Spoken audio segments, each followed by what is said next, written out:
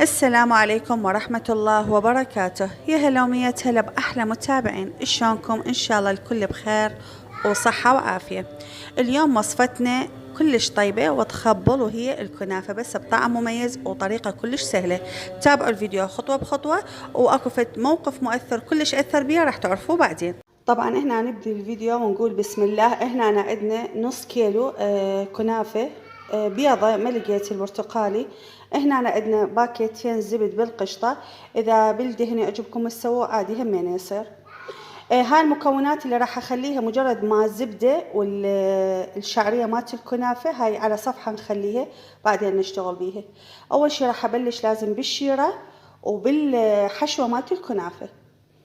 حشوة الكنافة هنا أنا عندي 4 ملاعق نشا و4 ملاعق حليب، ملعقتين شكر أو سكر، وعندي ظرف واحد فانيلا، وباكيت واحد قيمر قشطة أي نوع يعجبكم عادي مو إشكال، وقلاصين مي. لهاي المكونات كلها استخدم قلاصين مي، هذا كله للحشوة مالت الكنافة. هسه هاي المواد كلها راح افرغها واخلطها زين واخليها على البارد، اخلطها وبعدين اخليها على النار. تابعوا الخطوات. هنا فرغت الحليب، النشا، الشكر، الفانيلا، وهنا راح اضيف اول كوب مي اخلطه كله زين، وبعدين يلا اضيف الكوب الثاني. طبعا القشطة قبل ما يعني تريد تعقد عندي الحشوة يعني كثها صار سميكة، يلا اخلي الباكيت مالت القمر. وهسه راح اضيف الكوب الثاني واخليه على النار. ان الحشوة على النار هسه تريد تدخل راح انزل هسه القشطة. طبعا بنات انتبهوا على فكرة ضرورية انه مو كل انواع النشا يحتاج نفس كمية المي. احنا هنا اهم شيء يكون قوام الحشوة مالت الكنافة مو كلش تخينة، تصير ابد طعمها مو طيب، لازم يعني القوام مالتها متوسط. هسه شوفوها بالنهاية. اللي اريده هالخفية هيك، لا هو خفيف ولا هو ثخين بهالصورة هاي.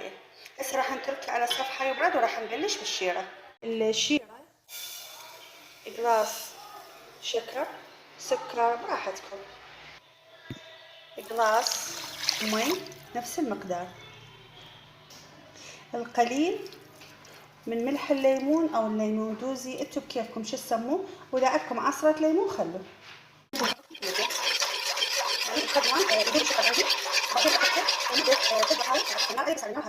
المرحلة الأخيرة الكنافة هنا أنا عندي لازم مو جامدة وتشتغلون بيها، لازم بنفس درجة حرارة الغرفة على مود تقدرون تفككوها وما تتعبكم وما يخرب طعمها ولونها.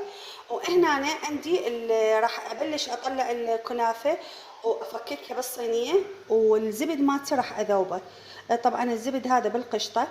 همنا راح نعطيها اللون الاصفر الحلو بنات. وملاحظه انه اذا الشعريه مالت الكنافه عندكم بيضه تقدرون تخلوا لها ملون غذائي، اما اصفر او برتقالي انتم براحتكم. وهي اصلا بكل الاحوال اللون مال الزبد او الدهن اللي راح تستخدموه راح يعطيها لون ذهبي كلش حلو. طبعا هنا انا راح ابدي افكك الشعريه مالتي كلها، افككها كل زين وبعدين اضيف عليها الزبد، قطعتين زبد. وهنا طبعا دهنت الصينيه مالتي اللي راح اشوي بيها. لازم ما ابقي ابد غاليص او متكتله، يعني الشعريه متكتله لان ما راح يعطيني نتيجه مرضيه لا بالشكل ولا بالطعم. طبعا هنا راح ابلش هسه اضيف الزبد مالتي.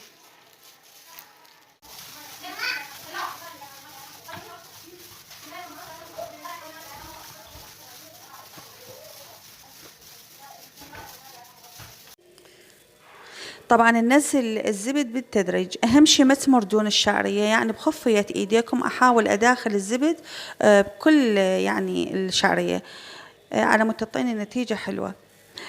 قلت لكم بنات إذا الشعرية عندكم بيضة ضيفوا ملون غذائي، إذا تحبون برتقالي أو أصفر. هي بحد ذاتها الزبد أو الدهن يعني إذا تستخدموا راح يعطيها لون أصفر. هنا أنا دهنت القالب مالتي وراح أوزع نص الكمية اللي عندي وأرصها كل الزين، يعني بماعون بكعب الماعون. إذا صينية أصغر من القالب عادي ما بيها مشكلة، لكن أهم شيء يصير قالب واحد من الأسفل. وبعدين أخلي الطبقة الثانية الحشوة مالتي أهم شيء ما توصل الأطراف القالب، لأنه راح تلتصق عندي ويحترق المكان، ويعني مو بسهولة أقدر أقطعها. أخلي فراغ بين الشعرية وبين الحشوة. وبعدين أضيف الطبقة الثانية، وهم أحاول أوزعها أو أرصها وما أبقي أي فراغات بالقالب مالتي. وأخليها على درجة حرارة بنات. إذا الأوفن مالتك الهيتر مالته قوي خليه على درجة حرارة 200 لمدة نصف ساعة من الأسفل وخمس دقائق من فوق. وإذا الهيتر مالتك لا ضعيف خليه على 250. أنا خليته على 250 لأن الهيتر مالتي مو كلش مالت الأوفن.